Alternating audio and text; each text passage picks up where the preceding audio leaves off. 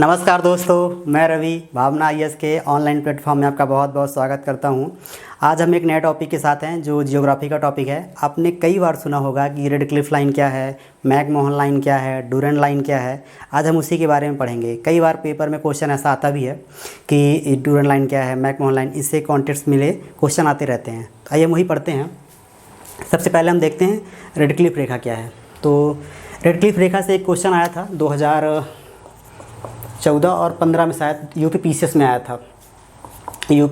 PCS में आया था।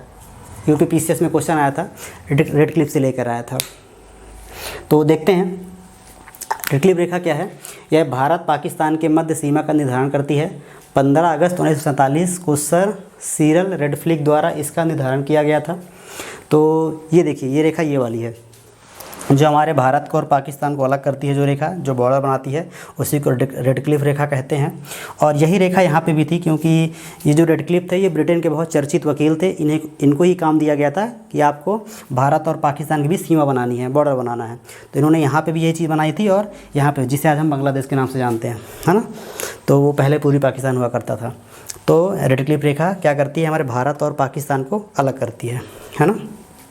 आइए सेकंड देखते हैं क्या है इसमें। सेकंड कहता है मैक-मोहन रेखा क्या है। तो मैक-मोहन रेखा के बारे में पढ़ते हैं। तो मैक-मोहन रेखा क्या कहलाती है। 1914 में ब्रिटेन के सर हेनरी मैक-मोहन द्वारा इस रेखा को भारत चीन सीमा को एक समझौते के तहत निर्धारित किया गया था। इस रेखा को चीन मानने से इनकार करता है। देखिए यहाँ पे एक चीज़ लिखा है, समझौता। ये कैसे बात तय हुई थी।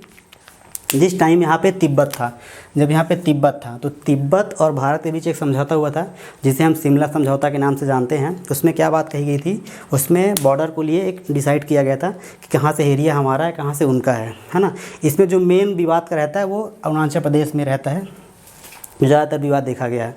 तो अब चाइना इसको मानने से इनकार कहता है कि जब ये समझौता हुआ था तब मैं नहीं था, क्योंकि तिब्बत वहाँ पे समझौता करने के लिए आया था और वो तिब्बत को अपना ही अंग मानता है, इसलिए वो इस चीज़ को मानने से इनकार करता है।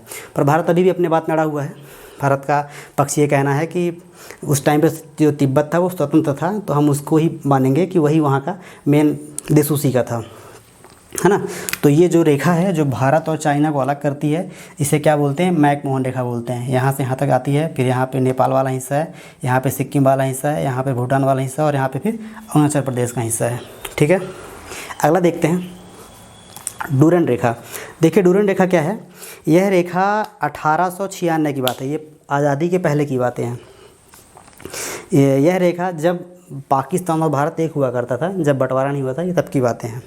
तो यहाँ पे क्या लिखा है, यह रेखा 1896 में पाकिस्तान और अफगानिस्तान को मध्य ब्रिटेन के सर मार्टिगर डुरैंड द्वारा निर्धारित किया गया था, जिसे अफगानिस्तान स्वीकार करने से मना करता है ना। तो देखिए जैसे यहाँ पे रेड क्लिफ है, यहाँ पे मैक-मोहन है, ऐसे एक रेखा खींची गई थी जो पाकिस्तान और अफगानिस्तान को अलग करती है, जो उनका बॉर्डर है। इसे क्या कहते हैं, डुरैंड रेखा कहते हैं।